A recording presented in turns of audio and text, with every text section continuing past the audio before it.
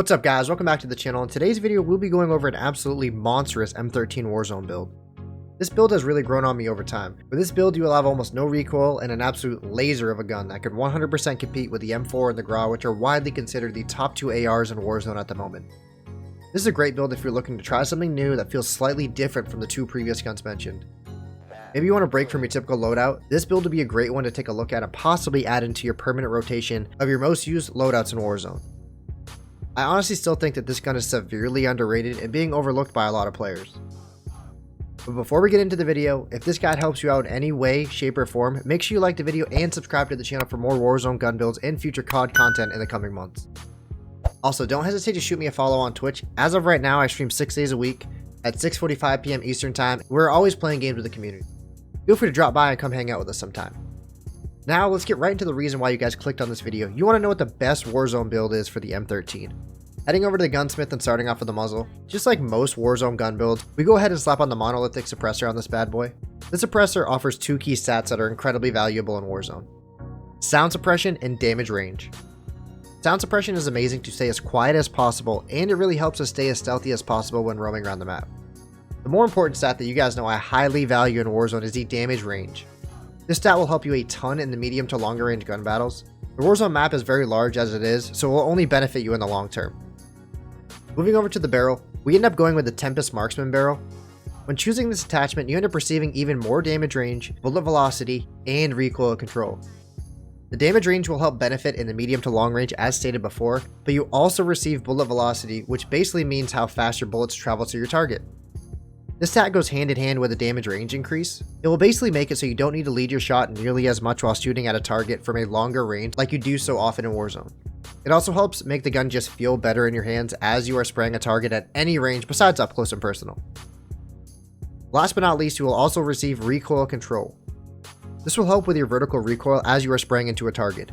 Basically, you will not need to pull down your gun nearly as much, and honestly, this gun already barely has any recoil as it is, so you can just spray right into your target without putting almost any thought into controlling the recoil at all. Next up, we're moving over to the Underbarrel. I think the Commando foregrip is a go-to here.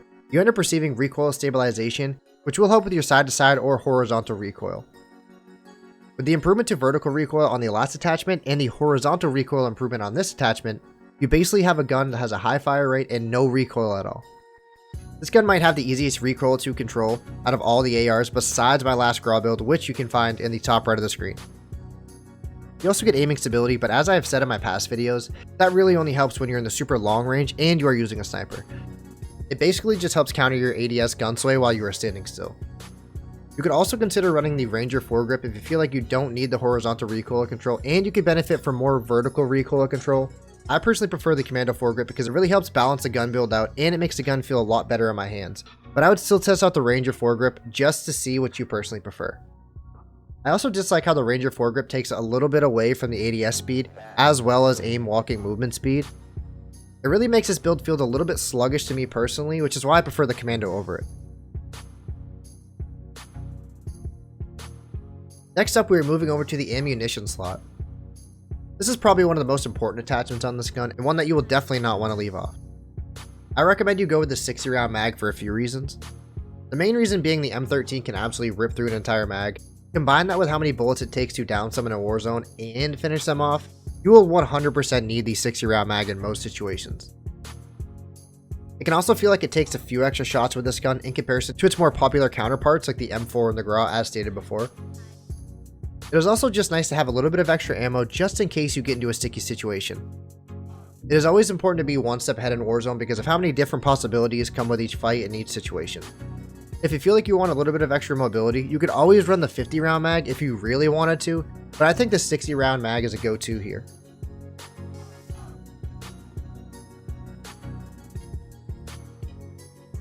Last but not least, we are moving over to the laser and optic attachments. This is where it really becomes personal preference in my opinion. If you don't like this gun's iron sight like I do, I would recommend throwing on an optic. I personally prefer using an optic because the M13's iron sight makes it very hard to see targets because of how much space on the screen that the sight actually takes up. Again, this is all down to personal preference. At this point in time, I personally prefer the Corp Combat Holo sight. You can always run the GI Mini Reflex if you want to be able to see a large portion of the screen while ADSing. or you could run the VLK 3.0 optic.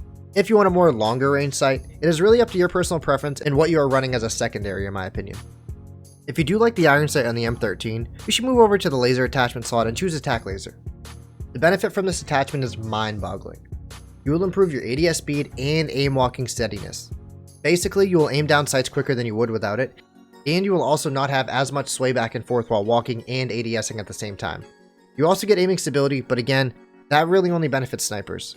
You'll also want to keep in mind that your enemies will be able to see your laser, so be careful and keep that in the back of your mind while you are pushing or pursuing a gunfight. That is going to conclude my M13 build guide. Thank you so much for checking out the video.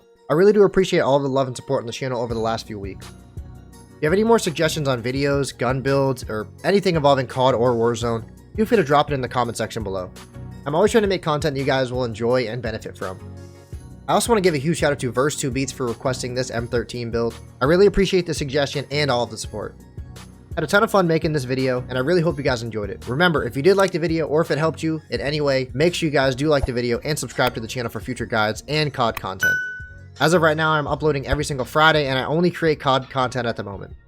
Nowadays, I spend most of my time streaming on Twitch, and if you ever want to pick my brain about gun guides or see what loadouts I prefer to run at any given time, feel free to shoot me a follow and try to catch me live sometime. Well, that's going to be just about it, guys. Did I miss something? Would you have built this gun differently? Feel free to drop a comment below and let me know your ideal setup.